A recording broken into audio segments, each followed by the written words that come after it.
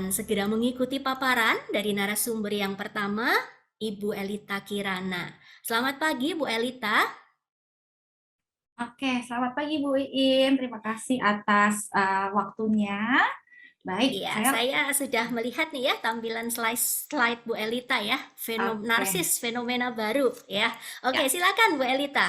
oke. Terima kasih Bu Iin. Selamat pagi bagi Bapak Ibu sekalian.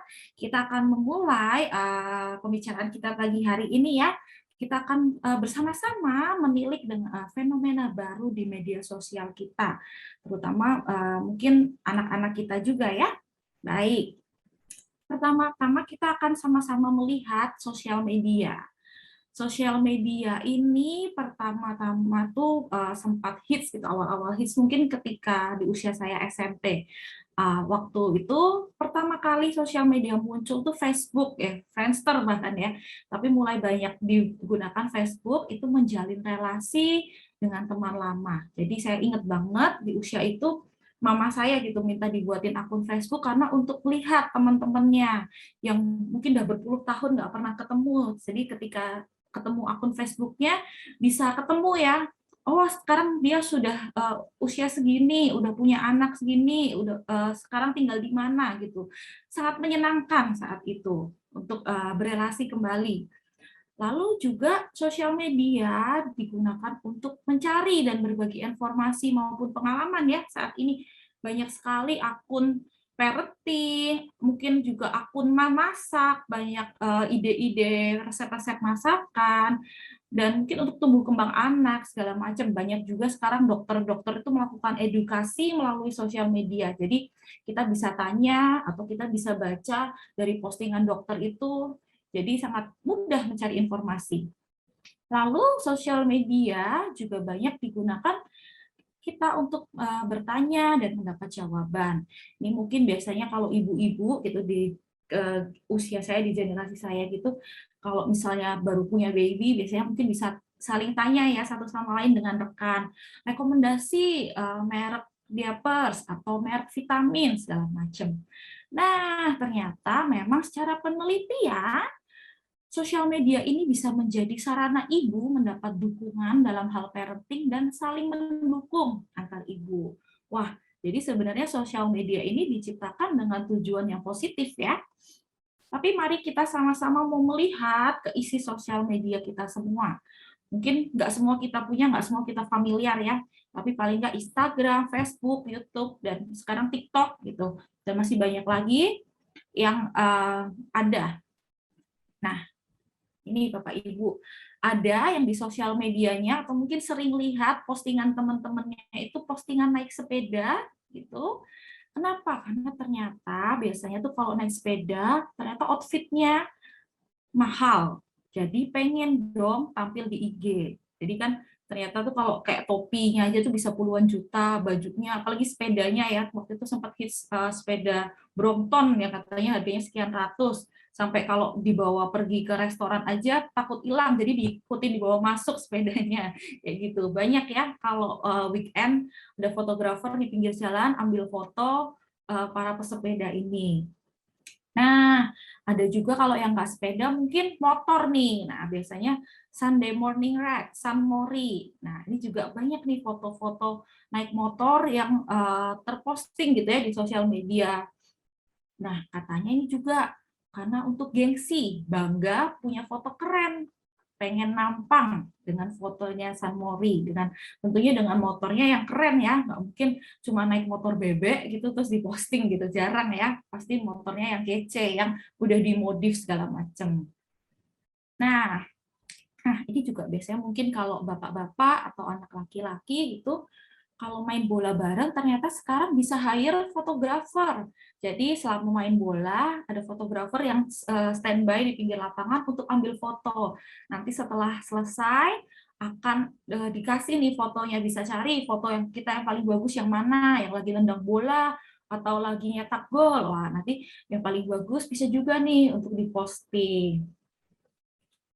Nah, kalau ini mungkin biasanya lebih ke ibu-ibu gitu. Kalau lagi liburan, pengennya tuh kan foto-foto ya, foto bareng keluarga, pengennya fotonya yang bagus. Kalau minta difotoin suami atau difotoin anak tuh kan seringnya kelihatan gendut lah atau kepotong segala macam gitu kan nggak puas ya. Jadi pengen nih dapat foto yang instagenik, yang insta-worthy. Sekarang juga banyak jasa fotografer untuk liburan, fotografer. Jadi kita bisa hire 1-2 jam untuk family family foto gitu. Jadi kita dapat fotonya yang bagus-bagus, kece-kece gitu. Jadi kita ngepostnya bagus fotonya gitu. Nah, ini yang juga banyak sekali adalah spot selfie. Tempat-tempat wisata saat ini yang rame adalah spot yang punya spot-spot unik. Jadi kayak di Bandung, di Jogja, bahkan juga di daerah-daerah lain, akhirnya banyak orang berbondong-bondong ke tempat itu untuk apa? Ya tadi, untuk dapat foto di spot yang lagi hits. Bahkan mungkin beberapa kali gitu kalau kita pergi, rame banget ya tempat-tempat ini. Untuk masuk tempatnya bayar, untuk mau foto di spot tertentunya ini kita juga harus bayar. Bahkan ketika kita mau ambil fotonya pun kita harus bayar lagi. Tapi ternyata antriannya panjang banget. Berarti kebutuhan demand-nya tinggi banget, banyak yang mau. Tuh. Nah, ini juga yang kemudian banyak sekarang restoran-restoran itu yang hits, yang estetik gitu ya, yang kekinian. Karena biasanya buat foto OOTD. OOTD itu outfit of the day. Jadi pengennya pakai baju yang sebagus mungkin, lalu pergi ke restoran yang lagi hits biar dapat foto yang tadi balik lagi ya, bisa di-post fotonya yang instagramable. Nah, jadi nggak mungkin pergi ke restoran kaki lima yang cuma pakai kaos gitu, kayaknya itu udah nggak hits gitu ya zaman sekarang ya. Nah, ini juga yang banyak membanjiri sosial media kita, mungkin terutama kalau anak kita perempuan. Banyak anak-anak ini suka cover dance ya, bisa dance lagu Korea atau bahkan lagu-lagu di TikTok atau di Instagram yang lagi hits ya. Nah, ini biasanya benar-benar bisa menyita waktu mereka untuk mempelajari koreografernya, untuk kemudian mereka take video. Jadi benar-benar hal yang menyenangkan buat anak-anak karena ya yang mereka lihat adalah hal-hal ini, tentu mereka pun juga jadi pengen membuat versinya mereka. Nah, ini juga yang beberapa tahun terakhir mulai booming ya, ketika trending-trending di YouTube tuh isinya adalah vlog-vlog. Nah, bahkan sekarang anak kecil pun juga. Halo guys, halo guys. Kami ada di pergunungan api. Kami ada di pergunungan api ya guys ya. Nah, seperti mantra ya buat anak-anak, bahkan anak kecil 2 tahun yang baru bisa ngomong pun biasanya udah lancar tuh, hello guys, ambil HP mamahnya, kamera depan, langsung dia buat vlog sendiri, padahal mamanya juga nggak tahu kapan dia tag-nya, kok ternyata tiba-tiba ada videonya. Wah, ini sering banget terjadi. Karena ya itu, kalau kita lihat di YouTube, trending tuh biasanya vlog-vlog artis-artis ini. Ketika yang dilihat begitu, tentu kan anak-anak merasa bahwa, oh ya memang seharusnya demikian menggunakan handphonenya ya. Oke, nah ini yang juga banyak terjadi, yaitu adalah flexing.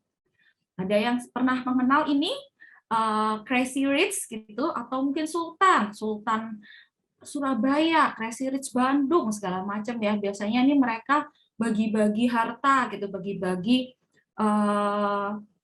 hal yang benar-benar waktu itu pernah hits gitu, bagi-bagi uang sekian juta kepada orang di pinggir jalan. Nah, ini juga tadi Siska Cole sempat kita lihat videonya ya. Kalau Siska Cole ini biasa kontennya dia beli sesuatu dengan jumlah yang nggak umum. Jadi beli makanan, bisa kita kalau beli secukupnya 1-2. Kalau dia beli selalu 100 lebih seperti itu. Kalau udah dia masak, kalau udah nanti adiknya yang membeli dengan membayar, biasa uang cash segepok yang mungkin kita aja nggak pernah lihat secara langsung gitu ya, tapi kita bisa lihat nih di kontennya Siska Cole dan adiknya, uang segepok itu. Ropang 1 miliar, tadi nasi gorengnya 200 juta, wah luar biasa ya. Nah, ini juga yang pernah jadi trending, review saldo. YouTuber berlomba-lomba untuk saling review saldo. Dan itu katanya cuma 1 ATM-nya, Bapak Ibu. Bisa dilihat ya itu nolnya, komanya berapa itu sampai saya nggak tahu tuh, itu triliun atau miliar gitu ya. Ini mirip ya kita juga ya, kalau akhir bulan kita juga review-review saldo, kok belum masuk-masuk gajinya gitu ya. Beda tapi ya sama para artis-artis ini ya, isi saldonya kita berbeda. Oke. Nah, yang juga banyak terjadi ini adalah anak-anak mungkin biasanya udah mulai remaja, udah mulai mengerti brand, itu fenomena untuk tren pakai hypebeast ya. Mungkin pakai pakaian dengan merek tertentu, dengan harga tertentu. Tadi kalau di video awal di Indra Kents ya, sepatunya Air Jordan seri ini dengan harga sekian puluh juta, pakaiannya Supreme dengan harga sekian juta. Jadi kalau di total outfitnya berapa harga outfit lo, total outfit lo gitu, dari atas sampai bawah bisa ratusan juta. Wow gitu. Nah, yang juga banyak terjadi sempat tren gitu adalah fenomena Mbak Mas SCBD. Jadi katanya kalau kerjanya di daerah SCBD ini adalah prestis, dan mereka nih wajib nih seragam wajibnya gitu pakai lanyardnya Coach, sepatunya Tory Burch, sabuknya Michael Kors, belum lagi nanti tasnya tentu tas yang branded juga ya. Nah, ini juga jadi goal anak-anak zaman sekarang nih buat kerja di SCBD biar bisa pakai barang-barang branded ini. Wah. Nah, ini juga yang banyak sekali berseliweran di YouTube, isi rumah artis-artis tur gitu. Yang paling atas Bapak Ibu ada yang tahu rumah siapa? Ini adalah gambar calon rumah Sultan Andara gitu ya, rumahnya Raffi Ahmad dan Nagita Slavina yang ditaksir bernilai ratusan miliar. Yang bawah nih rumahnya Prilly itu sempat muncul juga di YouTube beberapa waktu yang lalu. Jadi flexing ini adalah ketika pamer harta, pamer kekayaan dengan tujuan untuk mendapat perhatian. Ini yang banyak anak-anak kita terpapar ya saat ini. Nah, yang juga banyak terjadi adalah ini Bapak Ibu, demi konten, hadang truk hingga tewas. Wow. Demi konten, nekat masuk tol, naik motor. Wah, ada juga yang lempari mobil. Jadi, segala sesuatu nih mulai dilakukan untuk mengejar cita-cita anak-anak. Kalau dulu zaman kita nih, cita-cita mah sederhana ya, pengen jadi guru, pengen jadi dokter, jadi arsitek gitu. Kalau anak zaman sekarang ditanya kebanyakan pasti cita-citanya content creator, YouTuber, TikToker, influencer. Jadi kalau misalnya kita beri nasihat untuk belajar dapat nilai bagus, pasti mereka buat apa nilai bagus segala macam. Karena untuk jadi content creator, YouTuber ini nggak butuh nilai bagus. Butuhnya adalah membuat suatu konten yang mungkin lagi tren saat itu, atau konten yang unik, konten yang lagi diminati, agar orang berbondong-bondong like dia, follow dia. Nah, kenapa ya anak-anak ini kemudian jadi tadi melakukan segala sesuatunya untuk likes kalau di Instagram, kalau di YouTube mungkin view, subscriber, atau bahkan love gitu. Karena ternyata ketika kita mendapat notifikasi, ketika kita melihat bahwa kita dapat love sekian, kita dapat komen sekian, itu adalah bentuk reward atau bentuk penguatan.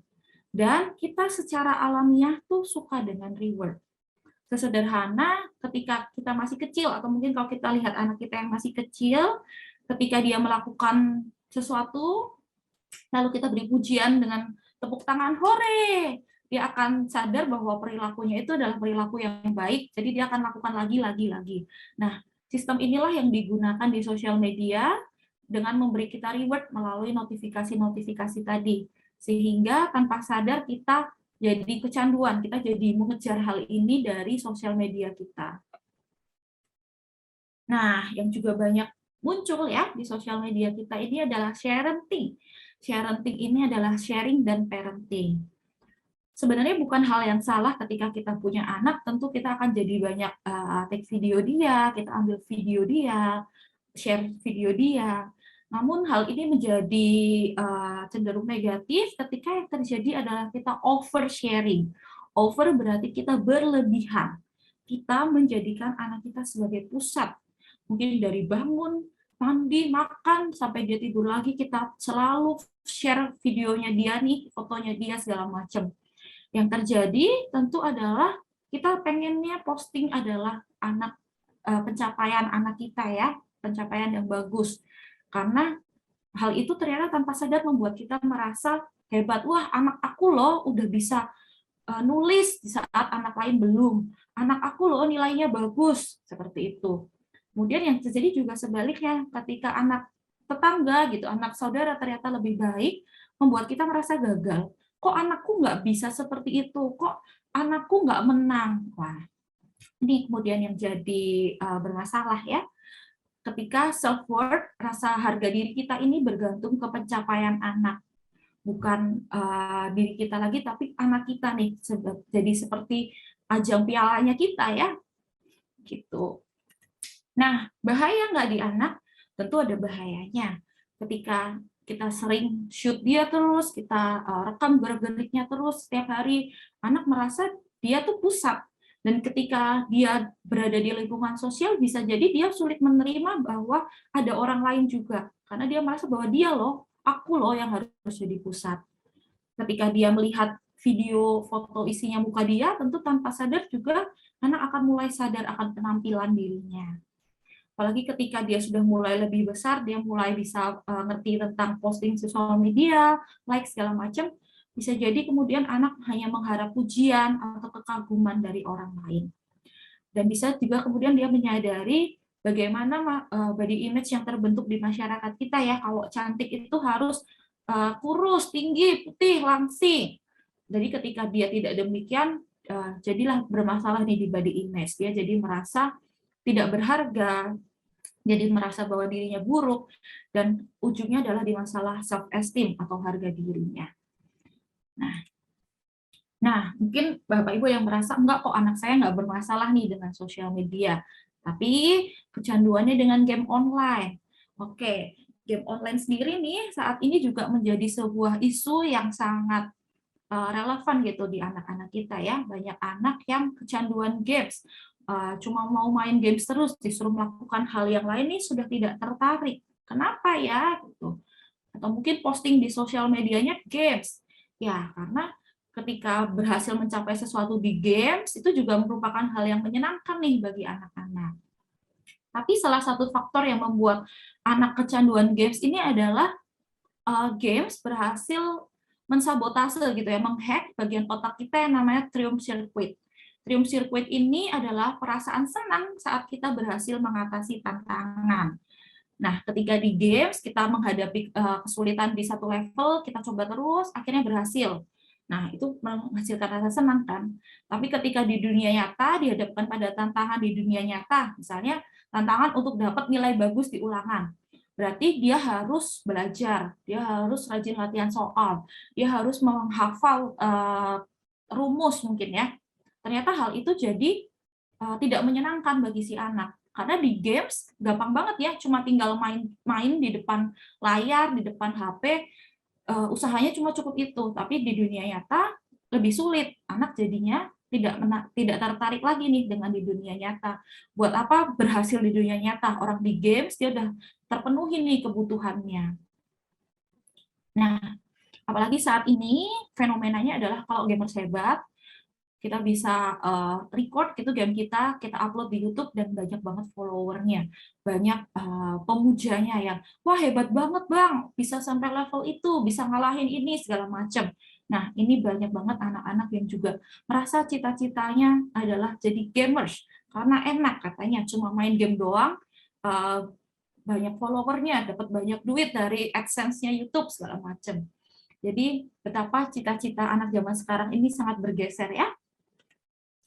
Nah, Margaret Dubil, CEO Game Theory, dia ini adalah seorang pemerhati game, dia mendalami tentang game ini, menyebutkan, dia merinci ya 10 bahan games, kenapa sih sampai anak-anak itu ketagihan. Yang pertama adalah reward.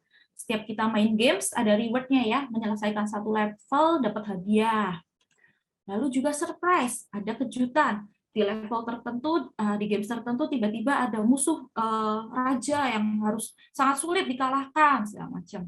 Nah, reward dan surprise-nya ini juga seringnya bersifatnya reward bersifat surprise digabungkan ya.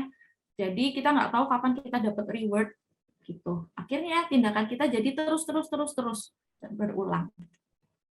Nah, di games ini juga ada yang namanya challenge, tantangan. Kita semua suka tantangan ya. Apalagi tantangan di games cuma dengan waktu kita, kemauan kita, tapi kita bisa kalahkan. Wow. Nah, ini Dan dalam pembuatan games ini biasanya mempermainkan psikologis kita ya. Awalnya gampang sampai kita bisa menguasai, lalu tiba-tiba sulit. Wah, susah nih, butuh beberapa kali main baru berhasil. Oke, gampang lagi. Wah, aku udah jago nih. Nanti dinaikin lagi level kesulitannya. Aduh, susah nih. Aku harus mainnya lebih jago, lebih sering. Bisa berhasil. Digampangin lagi. Nah, akhirnya tanpa sadar, games ini menyita waktu kita. Karena tadi kita mengejar perasaan kita berhasilnya ya. Oke, games juga memberi rasa mastery atau perasaan hebat. Ketika kita bermain terus-menerus, kita menguasai game itu, tentu kita jadi, wah aku jago loh di sini. Itu adalah hal yang menyenangkan.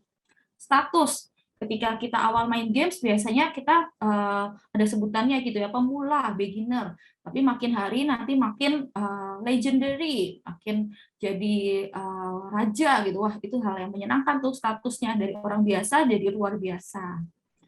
Cooperation, bermain games kita bisa teamwork, main bareng teman, janjian main bareng teman di games, ketemuannya di games, ngobrol bareng teman. Itu menyenangkan banget buat anak sekarang. Termasuk competition dan kontrol. Kita bisa berkompetisi lawan orang lain, kita bisa mengalahkan, bisa mengontrol mereka. Collection, di games seringkali ada item-item yang bisa kita koleksi. Kalau misalnya kita menyelesaikan sekian level, kita akan dapat hadiah, misalnya dapat armor tertentu. Jadi kita pengen nih koleksi sampai kita punya tuh 10 macam armor yang ada. Construction. Dengan di games kita bisa membuat sesuatu dengan hanya modal waktu kita dan kemauan kita. Kita bisa bangun kota, kita bisa bangun rumah, kita bisa bangun kerajaan, segala macam ya di games ini. Termasuk identitas. Ketika di games kita bisa punya identitas baru yang tadi berdasarkan pencapaian-pencapaian kita. Kita jadi punya identitas nih tokoh kita yang tadinya mungkin senjatanya cuma satu macam, tiba-tiba bisa jadi punya banyak macam. Jadi sosok yang hebat ya. Nah, dengan paparan demikian di sosial media anak-anak kita, di internet anak-anak kita, bahaya nggak ketika kesenangannya itu bersifat instan. Jadi tadi ya tidak perlu susah payah lagi, nggak perlu usaha, semuanya instan. Lalu kebutuhannya itu untuk tampak penting, tampak spesial, perhatian, status, dan harga diri. Dilakukan semuanya dikejar untuk tadi yang ngejar like, ngejar views. Dan mereka ini tanpa sadar mencari penerimaan dan pujiannya dari dunia maya. Dari orang-orang yang tidak secara langsung nih mereka kenal, secara relasi mengenal diri mereka seutuhnya. Tapi cuma di dunia maya, cuma yang mereka tampilkan aja. Dan bahkan pujian biasanya ya banyak berdasarkan penampilan. Tidak ada feedback pada realita, kemampuan, bahkan prosesnya. Tanpa sadar, anak-anak kita pun menjadi obsesinya nih ke diri sendiri, yang disebut dengan narsistik. Nah, yang saat ini terjadi adalah narsisme sosial, yaitu sosial media itu digunakan untuk mempromosikan kecenderungan egosentris. Egosentrisnya dalam hal status sosial, bahwa aku nih loh, aku orang kaya, atau penampilan fisik, aku nih loh paling cantik, aku nih loh paling fashionable, kesuksesan, aku yang paling sukses dibanding yang lain, aku yang paling bisa segala sesuatu. Jadi fokusnya adalah me, myself, and I. Nggak ada ruang untuk orang lain, tapi hanya diriku. Sosial media pun akhirnya digunakan untuk pamer saja ya. Nah, sekilas tentang narsis. Narsis ini mungkin sempat kita awal dengar itu ketika mulai ada kamera HP depan gitu, terus kalau kita ambil foto depan pasti orang akan bilang ih narsis gitu, atau misalnya kita mau foto bareng teman, ayo kita narsis bareng gitu ya. Namun narsis ini sebenarnya udah ada jauh sebelum itu, berasal dari mitologi Yunani. Narsisus yaitu dia jatuh cinta dengan bayangan dirinya sendiri. Akhirnya dia ingin menggapai bayangan dirinya ini sehingga dia ambil ke air gitu ya, pantulan dirinya di air sampai dia tenggelam dan mati. Nah, implikasinya saat ini narsistik. Mungkin tidak langsung menjadi gangguan kepribadian yang narsis gitu ya, tapi bisa jadi memiliki ciri-ciri ini. Bayangkan kita punya anak yang hanya mengutamakan kebutuhan dirinya saja, dia tidak memikirkan orang lain. dia merasa dirinya itu lebih dari orang lain, jadi susah mendengar masukan. Kalau diberi nasihat, pasti dia merasa, ah mama tuh nggak ngerti, nggak lebih pintar dari aku. Atau bahkan dibawa ke dokter, atau ke psikolog, atau oleh gurunya juga merasa bahwa aku lebih ngerti. Wow. Lalu ketika memiliki kebutuhannya itu untuk selalu dipuji, dikagumi, jadi ketika dia mendapat kritik itu bisa jadi sangat mengganggu gitu ya, bahkan tidak peka terhadap orang lain. Jadi tidak ada waktu, tidak ada kesempatan gitu untuk memikirkan perasaan atau dari sisi orang lain. Bahkan juga bisa cemburu terhadap pencapaian orang lain. Nah, hal ini bisa jadi terbentuk di anak kita tanpa sadar, atau mungkin yang terjadi adalah egonya ya. Jadi anak kita hanya mementingkan egonya sendiri. Nah, hal ini lebih dalam nanti akan dijelaskan oleh Ibu Agape. Demikian dari saya, Ibu Iin. Terima kasih. Baik, terima kasih Ibu Elita. Ya, menarik sekali ya Bapak Ibu. Sosial media yang fungsi awalnya untuk menjalin relasi dan komunikasi, ternyata saat ini sudah berubah fungsi menjadi tempat untuk memamerkan hal-hal yang wah, mencari pujian untuk diri sendiri. Dan ternyata hal ini berbahaya. Bukan hanya bagi anak-anak ya saya rasa ya, tapi juga bagi orang dewasa. Mendorong kita jadi berfokus pada diri sendiri. Oke, Bapak Ibu, apabila ada pertanyaan, silakan menggunakan fitur chat ke tanya jawab Stella ya. Nah, lalu apa peran kita sebagai keluarga dan juga sekolah? Apa yang seharusnya kita lakukan? Mari kita bersama-sama menyimak paparan dari Bu Agape. Selamat pagi Bu Agape. Belum terdengar suara Bu Agape?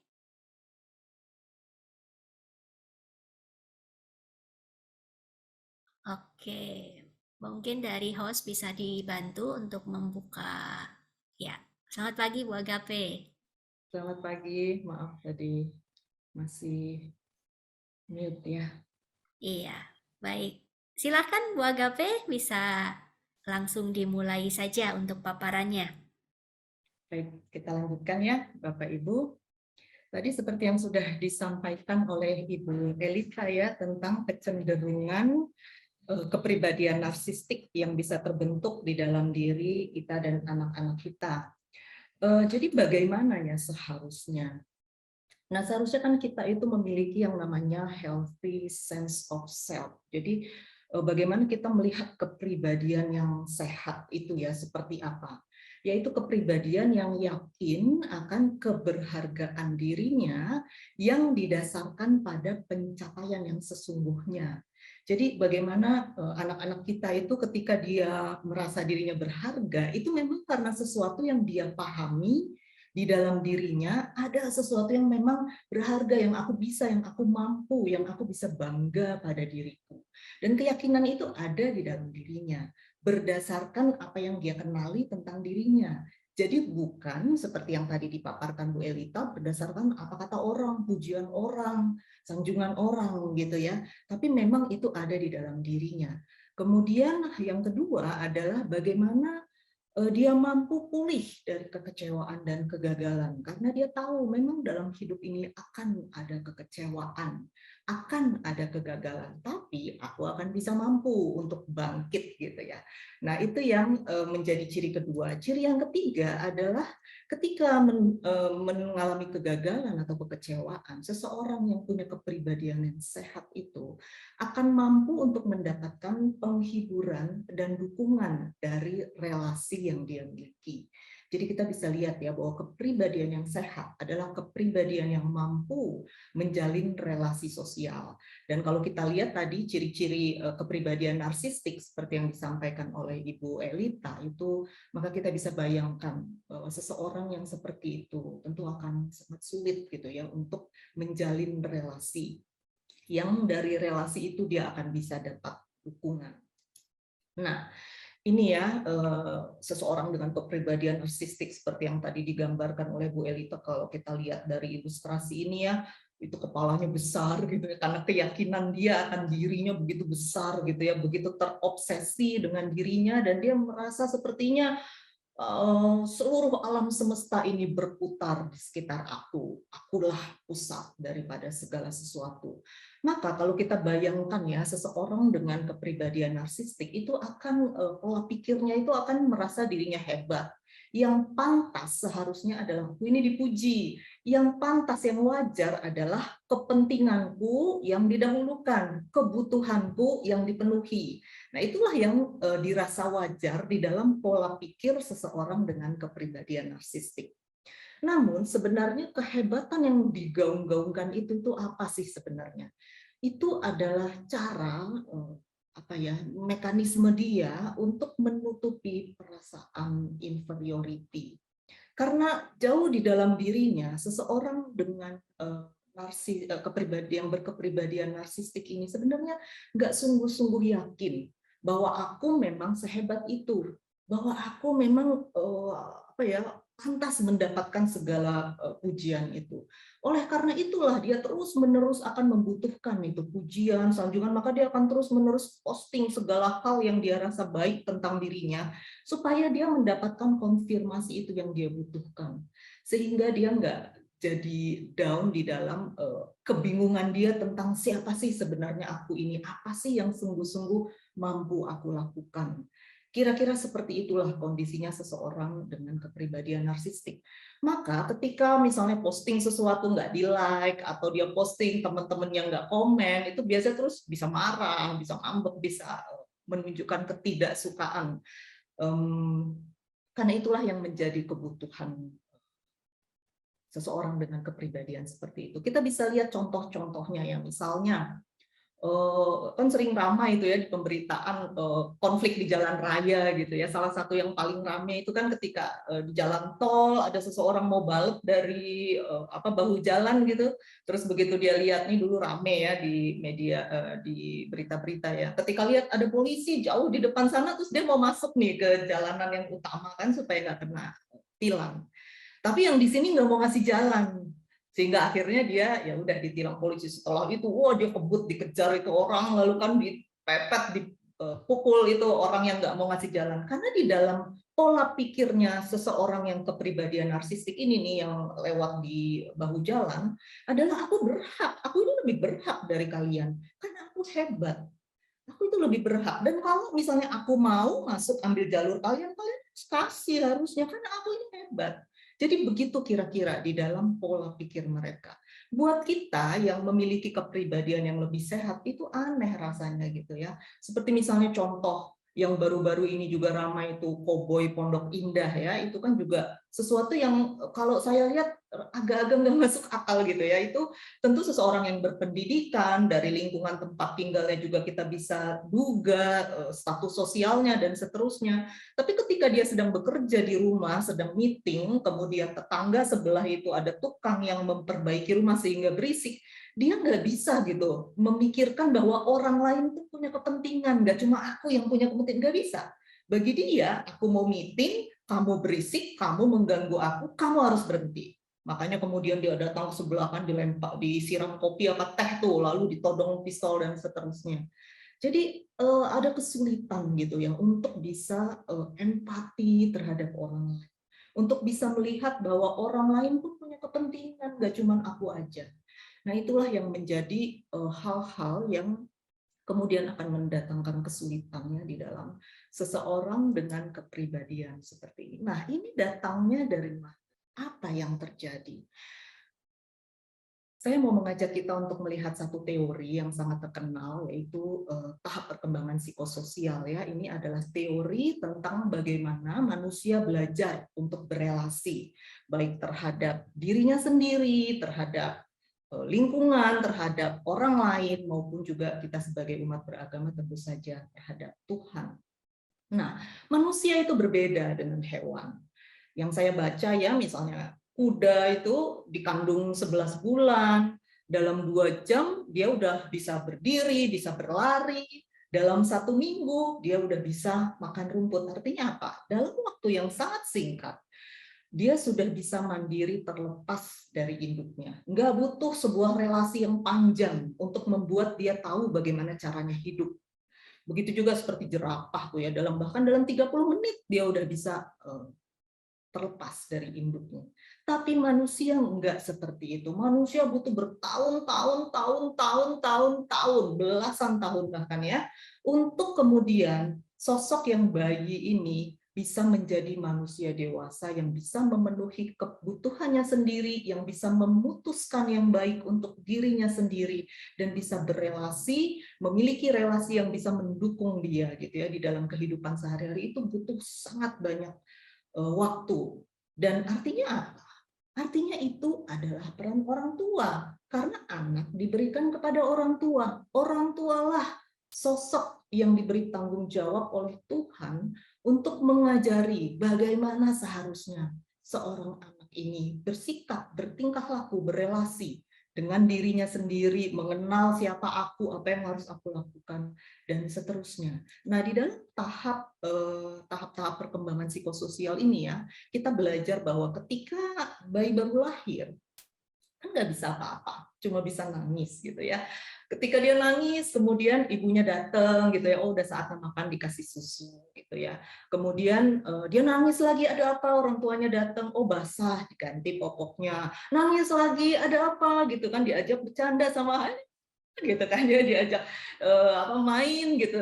Oh ternyata anaknya diem ketawa-ketawa. Nah orang tua jadi tahu, oh dia butuh ditemani, dan seterusnya. Berbagai setiap dia merasakan kebutuhan dan dia mengekspresikan kebutuhan itu, selalu ada yang datang untuk memenuhi kebutuhan. Nah di dalam kondisi seperti ini, maka di dalam diri anak-anak akan tumbuh yang namanya basic trust.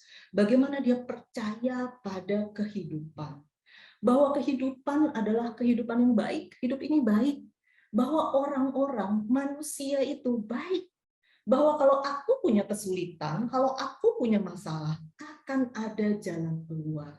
Karena itulah pengalaman yang dia alami begitu dia keluar dari kandungan ibu, langsung dia mengalami itu. Dan itu terbangun di dalam dirinya. Nah, sebaliknya, kalau misalnya apa yang dia butuhkan nggak dia dapat, misalnya orang lama baru orang tuanya datang, atau misalnya orang tuanya memberi kebutuhan sambil marah-marah misalnya, atau buka cemberut, atau membiarkan dia di situ, sebaliknya akan tumbuh yang namanya basic mistrust, nggak percaya pada kehidupan. Dia mulai ragu melihat kehidupan ini. Apakah ini lingkungan yang baik? Apakah aku aman? Gitu. Muncul keraguan-keraguan. Nah, ketika tumbuh basic trust dalam diri anak, itu adalah modal untuk kemudian dia masuk ke tahap berikutnya. Karena tiap masa pertumbuhan anak itu ada kebutuhan masing-masing. Jadi anak yang udah masuk ke tahap berikutnya ini sekitar usia 2-3 tahun, itu mulai ada kebutuhan untuk otonom. Kalau dia punya basic trust, percaya, ada hope gitu ya atas kehidupan, maka dia akan mulai berani nih untuk coba, mulai berani untuk pindah tempat sendiri, merangkak gitu ya. Dia mulai coba kekuatan kakinya, dia lihat orang tuh jalannya berdiri, itu kakinya tegak. Lalu dia mulai coba gitu. Dia modal untuk mulai mengembangkan kemandirian. Kalau orang tua kemudian mendukung, membiarkan dia mencoba, hanya menjaga gitu ya, maka itu akan terus terbangun dalam diri anak-anak. Kenapa anak-anak berani mencoba? Karena dia punya pengalaman bahwa aku akan didukung orang tuaku. Orang tuaku ini orang tua yang baik yang pasti akan dukung. Kalaupun aku dapat kesulitan, pasti akan ada jalan keluar.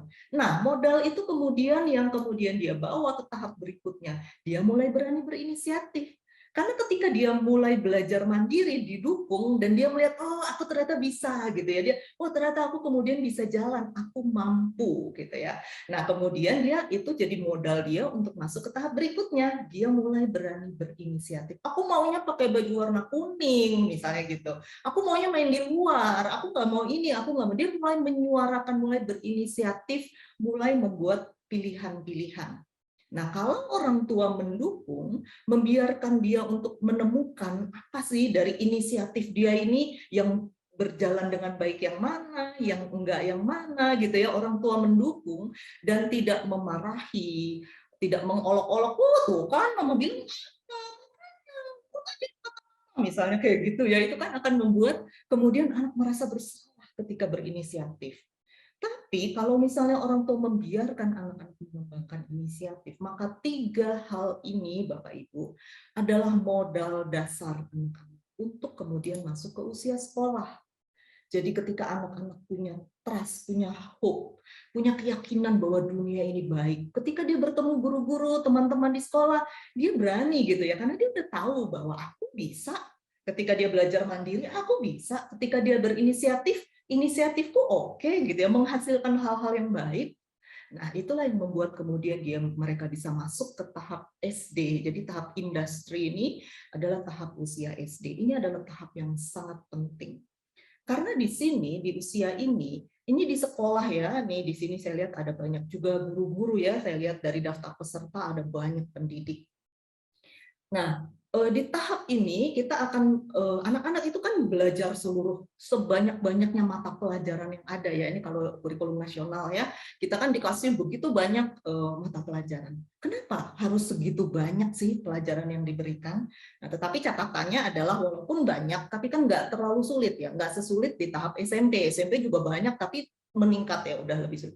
Di tahap SD kan rata-rata itu adalah mata pelajaran diberikan dengan muatan yang bisa diikuti sesuai dengan tahap perkembangan anak. Nah, seluruh mata pelajaran ini diberikan karena tahap ini adalah tahap di mana orang tua dan guru menolong anak-anak untuk menemukan apa sih sebenarnya yang menjadi kekuatanku, apa passionku, apa sih sebenarnya yang menarik minatku. Apakah aku lebih suka ada di luar ruang atau di dalam ruang? Apa aku lebih suka matematika atau bahasa? Aku itu lebih cepat kalau belajar tentang musik, atau lebih cepat kalau misalnya mengerjakan keterampilan perintil-perintil prakarya atau apa. Nah, ini adalah tahap di mana anak-anak menemukan itu. Jadi tugas kita sebagai orang tua dan sebagai pendidik adalah mengamati, melihat, mencobakan kepada anak-anak. Banyak-banyak berkomunikasi, tanya, hari ini gimana? Apa yang kamu senang kerjakan hari ini? Gitu. Ada hal baru apa? Kamu senang nggak melakukannya? Hal-hal seperti itu, daripada kita tanya misalnya nilai kamu berapa? Loh, kok segitu? Kamu kurang belajar ya, kayak gitu tuh ya. Akan membuat anak akhirnya tidak terdorong untuk menggali di dalam diriku ini sebenarnya ada apa sih? Nah, kalau tadi di awal ya, kalau Bapak Ibu yang datang dari pagi-pagi tadi kan, Bu Charlotte udah menyampaikan tentang 5 belief yang ada di sekolah Atalia. Dan kita percaya, kami percaya bahwa semua kita ini diciptakan ada tujuannya. Dan karena Tuhan punya tujuannya, udah pasti bahwa di dalam diri setiap kita akan diberi hal-hal tertentu yang kemudian akan kita kembangkan, dan disitulah kita jadi tahu, oh tujuanku untuk ini gitu misalnya. Misalnya saya nggak pandai, tidak terlalu kuat dalam hal sains, matematik, nggak terlalu kuat.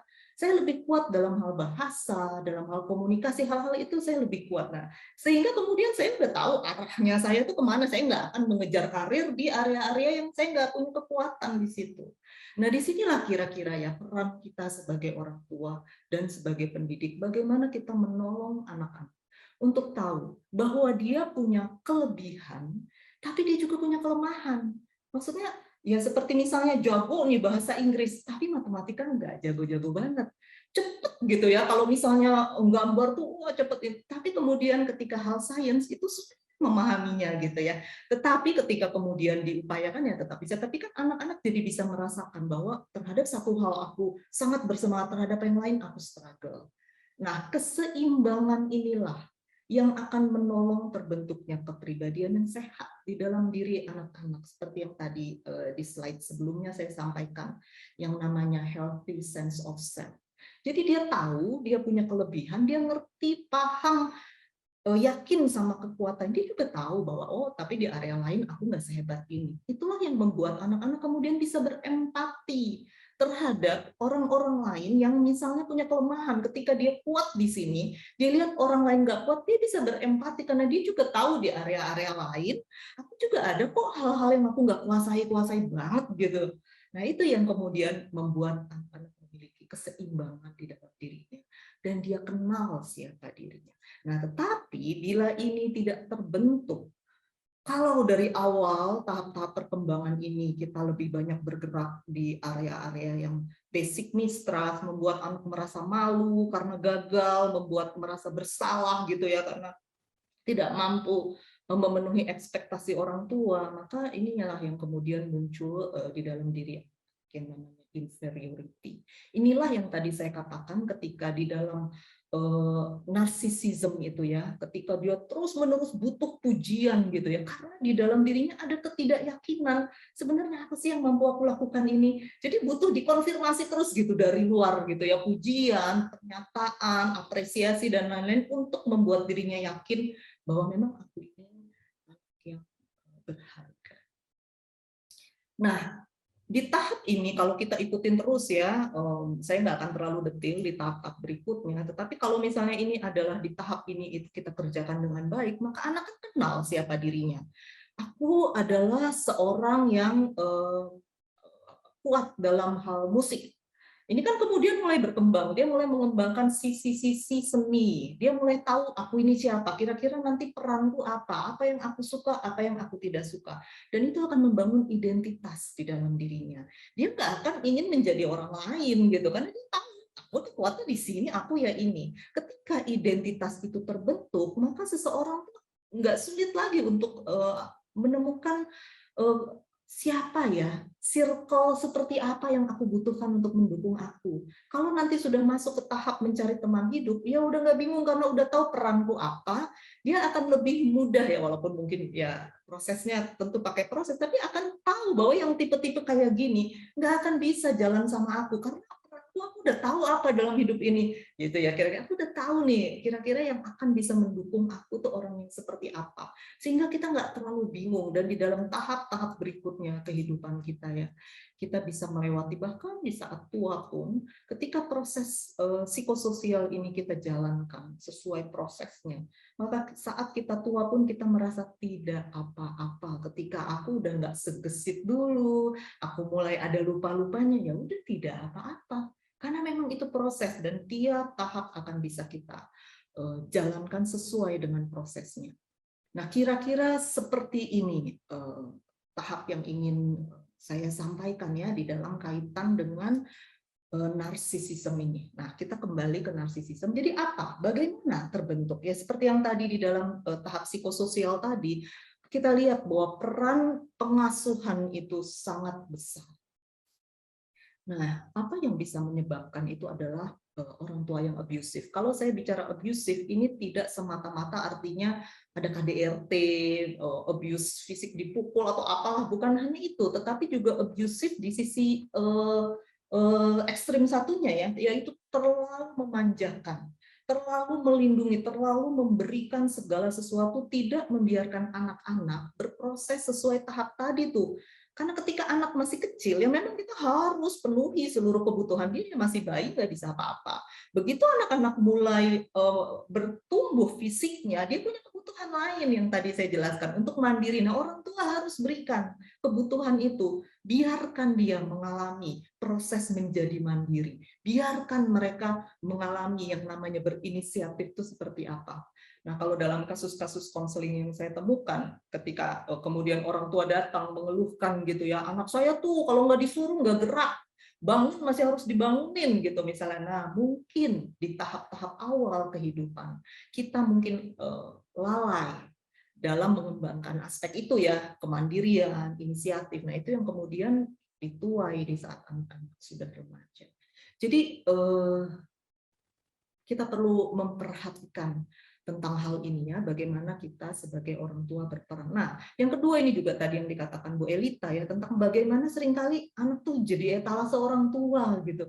Makanya dipuji-puji untuk bikin bangga gitu ya orang tua, karena ada hal-hal yang tadi udah dijelaskan Bu Elita yang menjadi kebutuhan orang tua yang kemudian diproyeksikan ke anak. Anak menjadi pemuas impian orang tua, seperti salah satu kasus yang lalu juga saya ceritakan, seorang ibu yang sangat ingin anaknya jadi dokter. Jadi mengabaikan apa yang sebenarnya ada di dalam diri anak. Kecerdasan apa yang sebetulnya ada dalam diri anak. Itu diabaikan, tetapi terus didorong dan terus dipuji, wah anakku ini pinter, anakku ini nanti calon dokter, dan seterusnya. Ketika tidak diterima di universitas negeri, tidak diterima di swasta yang baik, nggak apa-apa swasta yang nggak terlalu baik, yang penting calon dokter. Selama proses studi, anak ini juga udah merasa bahwa dia nggak bisa catch up, nggak bisa mengikuti dengan baik ya seluruh materi pembelajaran. Tapi karena terus dipujuk, kamu itu pinter, wah, kamu itu anak ibu, sudah dan terus-menerus diceritakan ke sana kemari bahwa anakku calon dokter. Akhirnya si anak ini juga jadi merasa bahwa memang dia sepintar itu, bahwa dia memang mampu. Sehingga ketika ujian persamaan ya dari kampus swasta tertentu untuk jadi dapat surat izin praktek kan harus ada ujian. Nggak lulus, akhirnya cari-cari cara ini itu, akhirnya bisa lulus. Kemudian untuk prakteknya di mana? Ya, si ibu juga nggak mau dong kalau cuma di klinik kecil gitu ya, wah dicari rumah sakit yang bagus, yang bergengsi. Ketika nggak diterima, dicari-cari ada siapa yang bisa bantu ya di sini segala macam dan seterusnya, nggak akhirnya diterimalah di rumah sakit swasta yang bergengsi. Tapi ya kemudian di dalam kesehariannya ya kelihatan bahwa memang dia nggak mampu. Akhirnya mulai ada kasus ini, salah diagnosa, sulit bekerja sama. Nah itu yang paling kemudian membuat akhirnya bermasalah dan akhirnya ya ujungnya dia dipecat juga. Dan bukankah itu kemudian jadi menghancurkan hidup seorang anak yang andaikan dari awal kita kenali apa sebenarnya yang ada di dalam dirinya dan diarahkan ke sana, maka dia tentu akan bisa menjalani hidup yang lebih bermakna. Nah, peran media sosial ini juga tadi udah banyak ya dibahas oleh Ibu Elita. Bagaimana medsos menjadi ajang untuk promosi diri.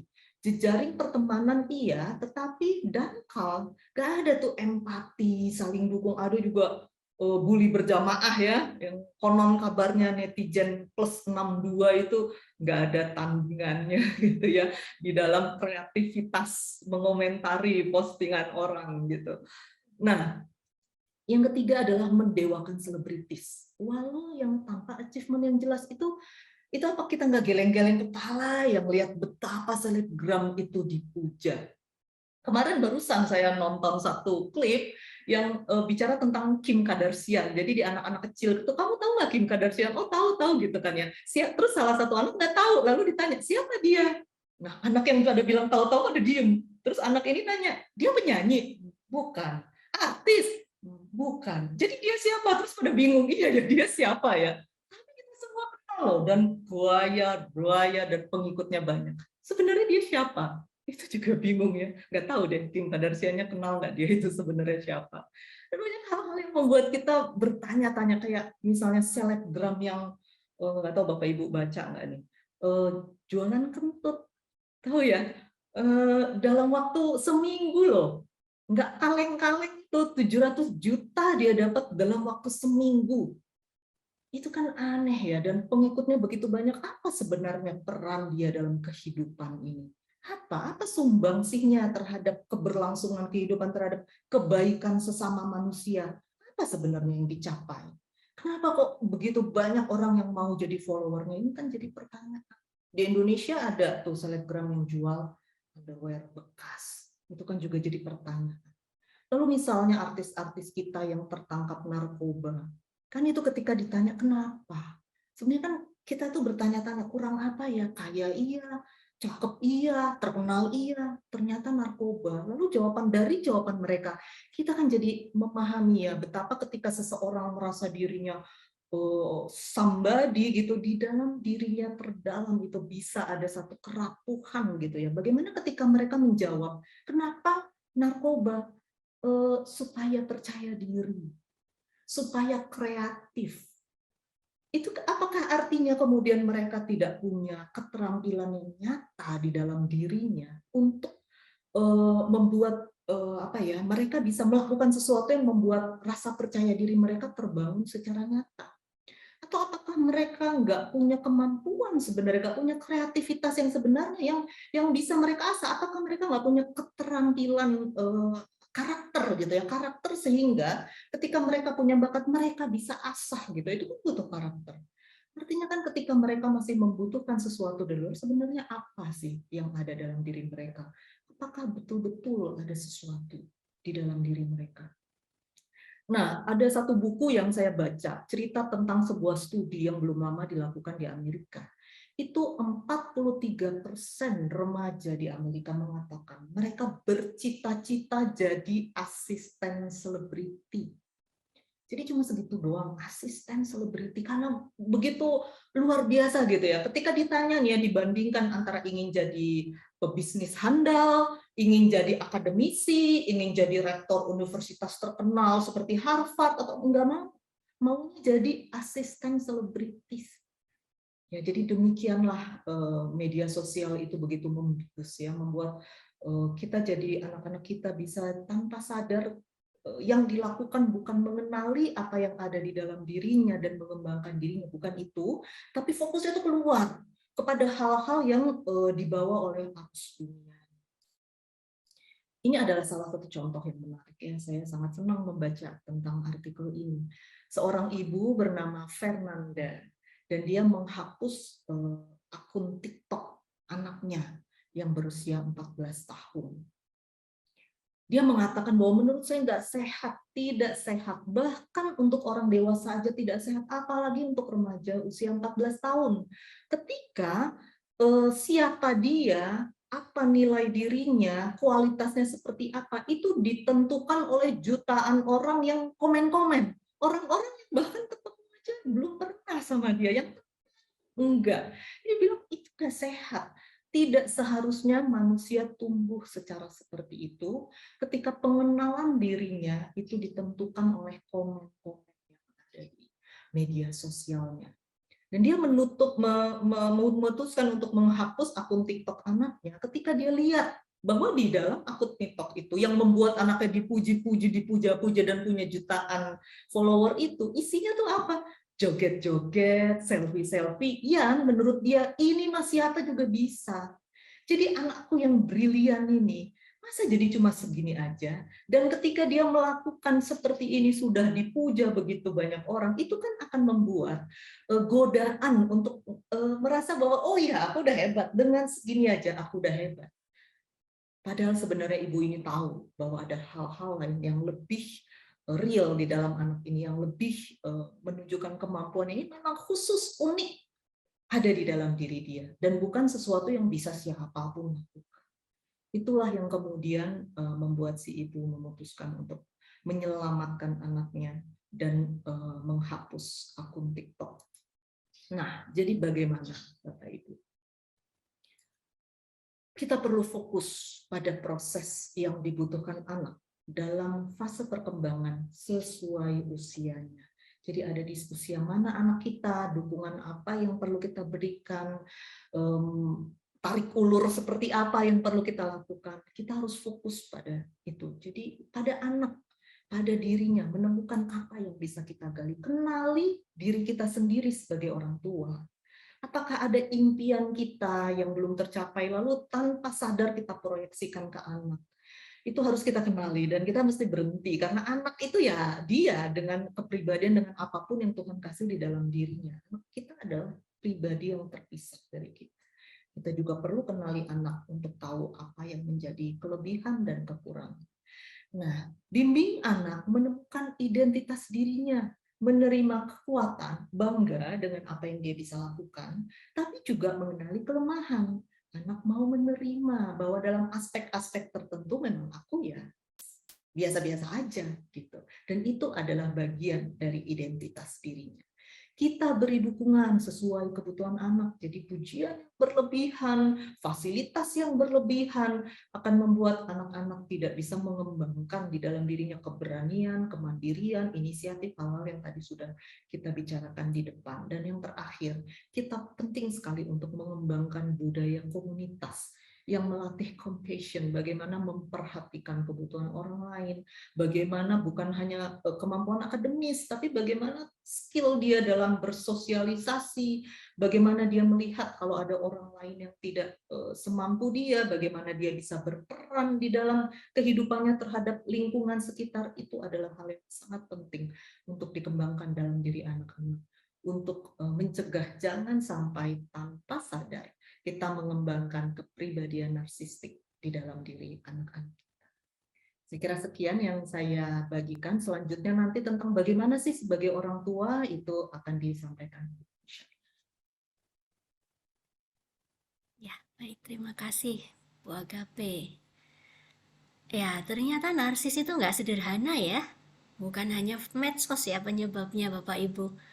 Mungkin bahkan kita sendiri, orang tua, tanpa kita sadari, pola asuh yang kita lakukan dapat membentuk anak memiliki kepribadian narsistik, begitu ya Bu Agape ya. Iya, Tapi kita nggak perlu berkecil hati ya. Jadi Bu Agape sudah memberikan tips kunci juga begitu ya, bahwa ya ada relasi di sana. Dengan membangun relasi yang benar, dimulai dari mungkin dari suami istri, berlanjut pada orang tua anak, untuk mendapatkan healthy sense of self begitu ya. Ya, silakan Bapak Ibu yang ingin bertanya bisa menuliskannya melalui fitur chat ya. Nanti kita akan diskusikan dalam sesi tanya jawab. Nah, ini selanjutnya Bu Charlotte yang akan mengupas slide-nya sudah muncul nih, sepertinya menarik sekali. Silakan Bu Charlotte. Ya, terima kasih Bu Iin. Selamat pagi menjelang siang Bapak Ibu. Saya lihat ada beberapa ya mungkin hampir 50% Anda yang sudah ikut ya webinar 1, 2, 3. Saya pikir untuk ikut yang keempat ini saya sangat apresiasi. Artinya Anda masih mau terus belajar ya. Memang yang kami berikan kalau mau dikatakan 3 sesi pun itu baru kulitnya ya. Jadi bagaimana mengaplikasikannya, bagaimana ketika kita menemukan case-case itu di dalam kehidupan, itu memang perlu belajar lebih lagi. Nah, Saudara, untuk konteks sekarang ini yang saya akan berikan, apa sih yang sebetulnya dibutuhkan oleh anak-anak Anda? Jadi anak-anak itu membutuhkan apa di dalam kehidupan kita, di dalam konteks kaitannya dengan narsisisme, ya. Nah, Saudara, yang pertama yaitu identitas. Identitas anak. Ya, what's my identity? Saya itu siapa? Itu yang anak-anak bingung. Tadi Bu Agape menjelaskan tentang teori Erik Erikson, ya, ada 8 tahap. Kalau kita melihat identitas itu mulai terjadi kebingungan, itu di usia apa? Remaja. Tapi nggak tiba-tiba dia bingung dengan identitasnya. Tapi diawali dengan mistrust, dengan shame and doubt, dengan guilt, dengan inferiority. Dan akhirnya dia confused. Perannya dia sebagai apa? Nah, jadi kenapa waktu kita membesarkan anak ya, dan saya tidak lelah-lelahnya untuk mengingatkan orang tua. Ya, ayo dong belajar. Kalau kita dibesarkan dulu oleh orang tua yang narsis, oleh orang tua yang nggak ngerti bagaimana mendidik anak, stop sampai di sana. Kita harus belajar. Kita tidak mengulang kesalahan yang sama. Jadi kembali lagi soal identitas. Kapan sih kita bisa memberikan identitas? Sebetulnya sejak dia awal lahir. Bahwa kamu tuh anak mama, kamu tuh berharga, kamu itu laki-laki, nak. Kamu itu perempuan. Ya, Saudara, di dalam budaya kita, ya Tionghoa, mungkin ada suku-suku tertentu yang sangat menghargai laki-laki. Sehingga ketika dapat anak perempuan, ketika ditanya ya, kan ini kan soal seks, itu yang ditanya pertama kali ketika kita melahirkan anak. Anaknya apa? Ya maksudnya laki atau perempuan. Itu bisa jawabnya gini, ya perempuan lagi. Ya perempuan lagi. Yang seolah-olah kayaknya tuh perempuan tuh nggak diharap. Nah, Saudara, di berbagai tempat di belahan dunia, Anda kalau ke airport ya, ini sudah ada toilet ya gender netral. Yang artinya udah nggak lagi male female ya. Ada yang mau kayak apa, ya nggak apa-apa, silahkan ke sana. Kalau dia laki-laki, pakai bajunya laki-laki, dia mau ke WC perempuan, pasti kita semua di dalam menjerit. Nah, jadi WC itu letaknya ada di luar daripada yang male sama female. Saudara lihat, ini laki atau perempuan? Ini perempuan, Saudara, ya, artis Korea. Kalau lihat ini laki perempuan. Ini laki-laki, ya, tapi pakai anting. Sekarang jadi kita nggak jelas laki dan perempuan seperti apa. Dan ini dunia mengarah ke sana. Jadi sekarang baju-baju baik, nggak ada yang pink sama biru. Baju-baju bayi itu sekarang wow, warna-warni karena disebut gender netral, ya. Dan ini bayi pertama di 2016, anaknya Cory Doty, dia menuliskan di dalam akte lahirnya bukan male, female, tapi you, yang artinya unisex, ya. Jadi dia mengatakan saya ingin membesarkan dia tanpa gender. Nanti dia silahkan memilih gendernya mau apa, terserah dia. Nah, saudara, ya tentu bersamaan dengan itu pasti kita melihat bagaimana LGBT luar biasa. Bahkan sekarang poliamori, ya. Jadi poli kita taunya poligami, gitu kan? Monogami. Ini poliamori. Orang tuh bisa bercinta, punya cinta ya, poli banyak, amori cinta. Itu bisa dengan siapa saja.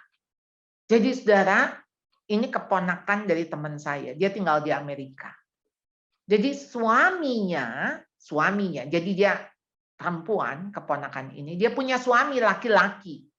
Dan suaminya ini punya istri yang juga laki-laki. Jadi dia di rumah itu, dia tinggal dengan 2 laki-laki. Yang satu laki-laki sebagai suaminya, yang satu laki-laki sebagai istri dari suaminya. Sudah gimana anak yang dibesarkan di dalam keluarga seperti itu? Serumah, ya, nggak jelas, ya. Papanya itu punya istri perempuan dan satu punya istri laki-laki. Dan ini yang terjadi juga di buku anak-anak, saudara. Jadi yang punya papi 2, yang punya mami 2, saudara, ini sudah ada di dalam buku cerita anak-anak. Jadi, ayo kalau Bapak Ibu nggak cepat-cepat kasih identitas ke anak, ya anak bingung, dan bingungnya munculnya waktu dia remaja. Nah, apa yang harus diberikan dan apa yang dibutuhkan? Yang kedua adalah relasi. Relasi, kita duduk bareng, tapi nggak ada interaksi. Nah, ini masa yang disebut the me generation. Semua I. Makanya iPad, iPod, iPhone, I. Nah, saudara, ada satu kata baru yaitu fubbing. Dari kata phone and snap. Jadi orang tuh sembari nelpon, berarti dia mengabaikan, dia nggak peduli, dia menghina orang-orang yang ada di sebelahnya. Nggak dianggap. Jadi saudara, dengan apa dan dengan siapa sebetulnya anak-anak kita sedang terkoneksi. Tadi sosial media sudah dibahas oleh Bu Elita. Ya, jangan sampai alat ini yang sebetulnya alat yang namanya handphone, gadget itu netral. Seperti pisau, netral.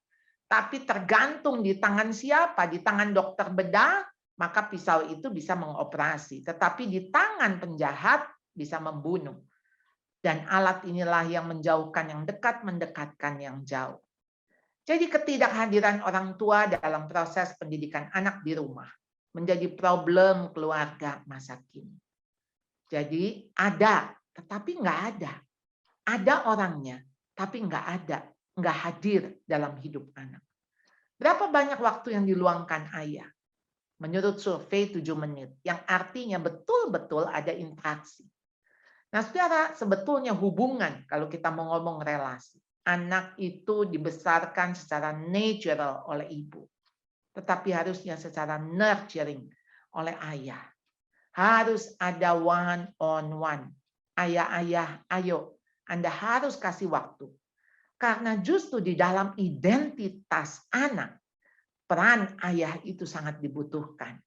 Kalau anak laki, dia kagum dengan ayahnya, nggak akan jadi gay. Karena dia akan mengikut apa yang menjadi contoh hidup ayahnya. Ayahnya menikah dengan mamahnya yang perempuan. Pastilah dia akan menikah dengan wanita juga. Anak perempuan kalau dia kagum dengan ayahnya, dia akan punya sosok pria di dalam hatinya. Sosok pria pertama. Setelah itu tentu akan diikuti dengan pria lain, yang artinya pria yang sesuai, ya, yang linear dengan sosok ayahnya. Ayo orang tua harus kasih prioritas, didahulukan, diutamakan daripada yang lain. Anak-anak nggak bisa menunggu, yang lain bisa menunggu. Peran Anda yang lain boleh hilang, tapi jangan sampai yang hilang atau yang digantikan, yaitu peran sebagai papa dan sebagai mama. Jadi saudara, ayo spend time, not money, on your children. Saudara, yang ketiga, apa yang dibutuhkan anak-anak? Role model. Apa yang dikatakan orang tua? Ikuti apa kataku, tapi jangan ikuti perbuatanku. Jadilah pengikutku, tapi jangan ikuti teladanku. Saudara, mengerikan. Kalau sampai yang terjadi seperti ini, saudara, jangan khawatir anak-anak tidak mendengarkan Anda, namun khawatirlah karena anak-anak itu memperhatikan Anda setiap saat. Saudara, teladan hidup kita. Kita jadi orang tua narsis, nggak heran kalau anak-anak kita narsis. Ayo, mari terus belajar. Kita berubah, anak-anak akan berubah.